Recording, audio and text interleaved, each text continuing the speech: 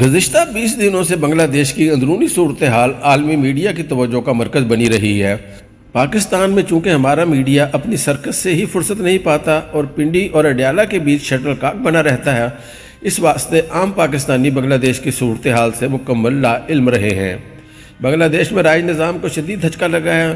اس ساری صورتحال کو سادہ زبان میں پیش کر رہا ہوں۔ بنگلہ دیش کی سیاست کو بھی موروثیت لاحق رہی ہے۔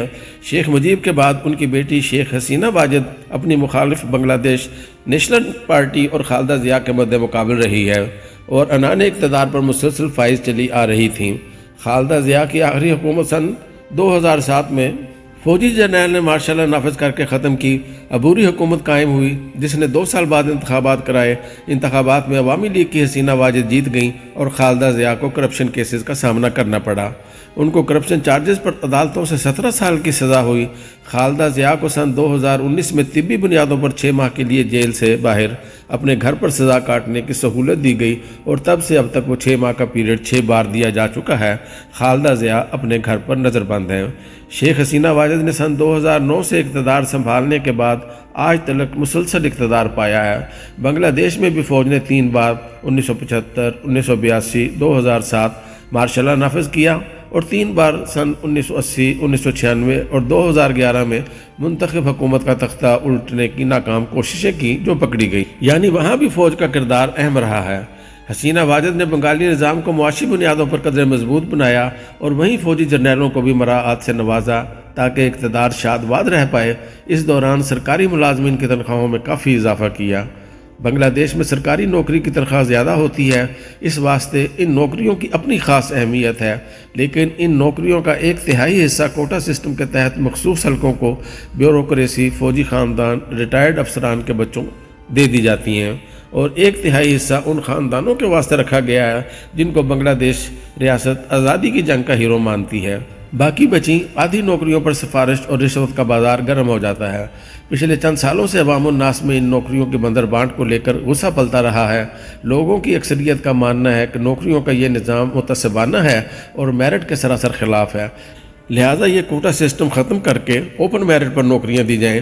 آج سے ٹھیک 15 دن قبل طلبہ تنظیموں نے اس سلسلے میں اپنے 9 نکاتی مطالبات اٹھائے اور احتجاج شروع کیا۔ طلبہ ریلی پر لاٹھی چارج کیا گیا، آنسو گیس کا استعمال ہوا جس سے اموات واقع ہوئیں۔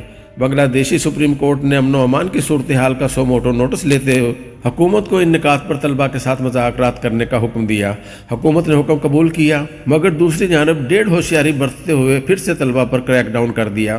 حسینہ واجد نے ٹی وی پر آ کر ایک مشتعل بیان دیا جس میں انہوں نے اپنے حقوق کا مطالبہ کرنے والے طلبہ کو سن 71 میں پاکستانی فوج کی مدد کرنے والے رضاکاروں سے تشبیہ دیتے انہیں وطن دشمن قرار دے ڈالا۔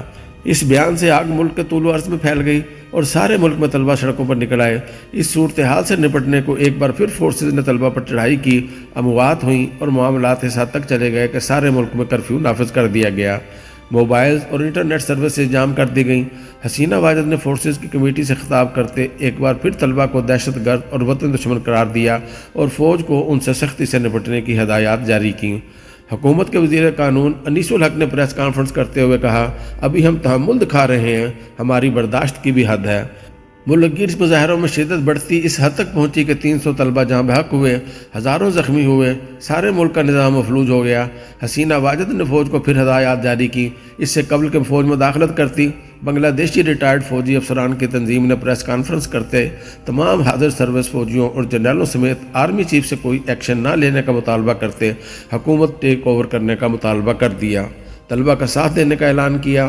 آرمی چیف کو موقع ملا اور پھر آج کا منظرنامہ سامنے ہے۔ چیف نے حسینہ واجد سے استعفیٰ لے لیا ہے۔ ملک کا نظام فوج نے سنبھال لیا ہے۔ حسینہ واجد کو فوجی ہیلی کاپٹر میں بھارت کے شہر اگرتلہ بھیج دیا گیا ہے جہاں وہ بھارتی ریاست کی مہمان ہوں گی۔ بنگلہ دیش میں ایک بار پھر مارشل لا نافذ ہو چکا ہے۔ اب وہاں جمہوریت کب واپس آتی ہے، آتی بھی ہے یا نہیں، یہ وقت بتائے گا۔ طلبہ تنظیموں نے اس اقدام کا خیر مقدم کیا ہے۔ دیکھنا یہ ہوگا کہ طلبہ کے مطالبات منظور ہوتے ہیں یا نہیں۔ ایک نئی طرز کی فوجی حکومت کا قیام عمل میں آتا ہے یا فوج عبوری حکومت سنبھال کر کچھ عرصے میں انتخابات کروانے کا ارادہ رکھتی ہے، ابھی اس بابت کچھ واضح نہیں۔ البتہ کچھ انہونا یہ ہوا کہ عوام وزیر اعظم ہاؤس میں داخل ہوئی، سامان لوٹ لیا گیا اور بابائے قوم شیخ مجیب کا دیو ہیکل مجسمہ زمین بوس کر دیا گیا۔ بھائی بھوک کے آگے حب الوطنی چیمانی۔ اور ننگ کے ساتھ لوٹ مار ہی مذہب ہوتا ہے۔ بے شک اس میں اوپر والوں کے لیے گہری نشانیاں ہیں۔ یہ سارا منظرنامہ جانا پہچانا لگتا ہے۔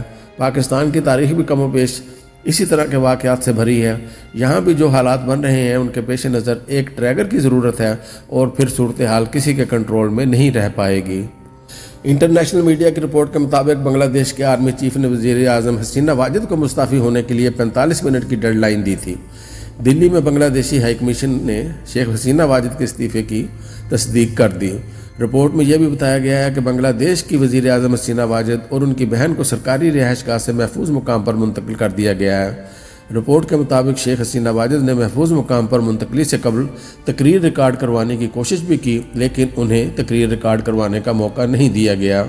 رپورٹ میں بتایا گیا ہے کہ ہزاروں لوگ وزیر اعظم حسینہ واجد کی رہائش گاہ میں داخل ہو گئے ہیں۔ رپورٹ کے مطابق بنگلہ دیش کے چیف آف آرمی سٹاف وقار الزماں کچھ دیر میں خطاب کریں گے۔ بنگلہ دیش کے آرمی چیف وقار الزماں مقامی وقت کے مطابق 3 بجے قوم سے خطاب کریں گے اور پاکستانی وقت کے مطابق یہ خطاب دوپہر 2 بجے ہوگا۔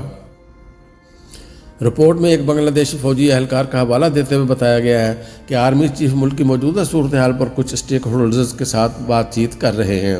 واضح رہے کہ بنگلہ دیش میں کوٹا سسٹم کے خلاف 1 ماہ سے جاری مظاہروں میں ہلاکتوں کی تعداد 300 ہو گئی۔ ملک بھر میں غیر معینہ مدت کے لیے کرفیو نافذ ہے۔ ریلوے سروسز غیر معینہ مدت کے لیے معطل اور گارمنٹ فیکٹریاں بھی بند ہیں۔ حالیہ احتجاج کے دوران دوسری بار حکومت نے ہائی سپیڈ انٹرنیٹ سروسز بند کر دیں۔ Social media platform Facebook اور واٹس ایپ سروسز بھی معطل ہیں۔ بنگلہ دیش کے دارالحکومت ڈھاکہ میں پاکستانی ہائی کمیشن نے موجودہ صورتحال کے پیش نظر ملک میں مقیم پاکستانی طلبہ پر زور دیا ہے کہ وہ اپنے کمروں تک محدود رہیں اور موجودہ صورتحال سے اپنے آپ کو الگ رکھیں۔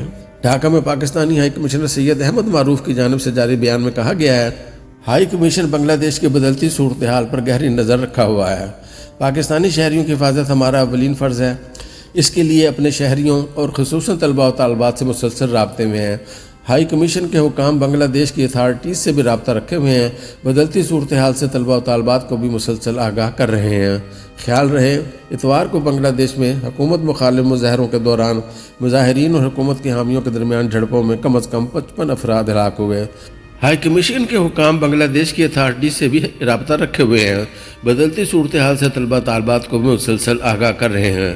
خیال رہے، اتوار کو بنگلہ دیش میں حکومت مخالف مظاہروں کے دوران مظاہرین اور حکومت کے حامیوں کے درمیان جھڑپوں میں کم از کم 55 افراد ہلاک ہوئے۔ خبر رساں ادارے AFP نے بنگلہ دیش پولیس کے ایک افسر کے حوالے سے بتایا ہے کہ دارالحکومت ڈھاکہ میدان جنگ بنا ہوا ہے۔ پاکستانی ہائی کمشنر کا بیان میں مزید کہنا تھا کہ جیسے ہی صورتحال خراب ہونا شروع ہوئی، طلباء و طالبات کو فوراً ہائی کمیشن پہنچنے کا کہا گیا، جو نہیں پہنچ سکے۔ ان کے ساتھ ٹیلی فونک رابطہ موجود ہے۔ پاکستانی طلباء سے کہا گیا ہے کہ اپنے کمروں تک محدود رہیں اور موجودہ صورتحال سے اپنے آپ کو الگ رکھیں۔ ہائی کمیشن کے مطابق بنگلہ دیش میں مقیم 144 طلباء میں سے 1/3 پہلے ہی پاکستان جا چکے ہیں، جبکہ مزید طلباء آج اور کل میں پاکستان روانہ ہو رہے ہیں۔ بنگلہ دیش میں رہنے والے طلباء میں سے کچھ ہائی کمیشن پہنچ چکے ہیں۔ ہائی کمیشن طلباء سے مستقل رابطے میں ہے اور ان کی حفاظت یقینی بنانے کے لیے ہم ہر ممکن کوشش جاری رکھیں گے۔